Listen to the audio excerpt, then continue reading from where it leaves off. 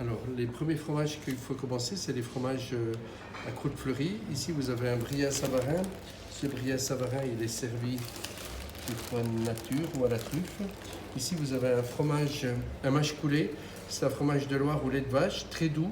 Ici, vous avez un timanois. C'est un fromage qui vient des moines, c'est des moines qui l'affinent.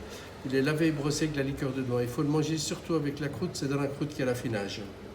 Les fromages assez doux, vous avez ici, c'est un fromage de lait. Ce fromage s'appelle, c'est italien, c'est du, je vous le dis un petit peu plus tard. Ici, vous avez deux camemberts. Un camembert qui est un camembert à la truffe, c'est truffé maison. Et ici, un camembert au calvados, c'est un véritable camembert que nous faisons, nous, avec calvados et des noix. Ici, vous avez un fromage de l'Est de la France. C'est un quetchke, c'est du langre affiné avec de la quetch luxembourgeoise. Vous avez ensuite ici un Munster nature. L'habitamier, c'est un fromage de Savoie. Ça ressemble à du reblochon, mais c'est un fromage fermier au lait cru. Ce fromage-ci, c'est la même famille du Herbe, donc du fromage de la région de Liège, qui est lavé et brossé avec de la bière. Celui-ci, c'est un carré de l'Est à la Mirabelle. Ici, vous avez un maroilles, c'est un maroilles du nord de la France, mais qui est lavé et brossé avec de la bière. Celui-ci s'appelle le Petit Diable. C'est un fromage de la même région. La particularité, c'est qu'il est lavé avec de la bière blanche et il est pané. Et les laits, ce sont des laits qui viennent du bord de mer. Donc, c'est un lait de présalé. Ici, vous avez donc un époisse, mais c'est un époisse au lait cru.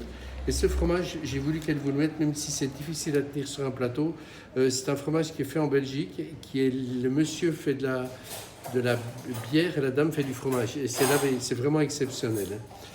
Les chèvres, vous avez un chèvre cendré ici, qui est aussi très coulant, mais c'est la particularité de ce fromage, il faut le manger bien coulant.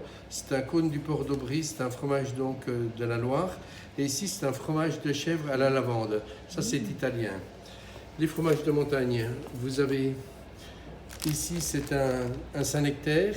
Ici, vous avez un mi-chèvre, mi-brebis, mais avec du piment d'Espelette.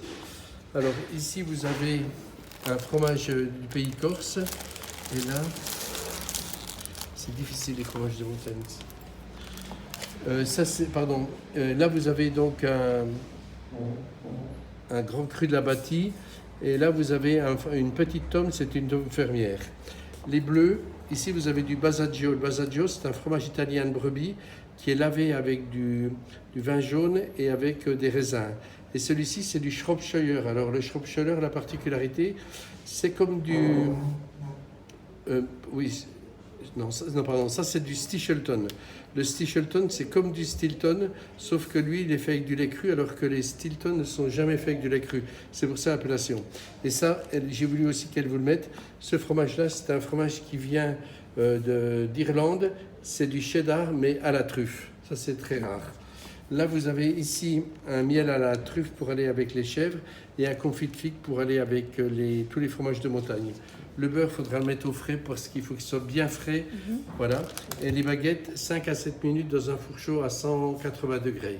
Ça va ?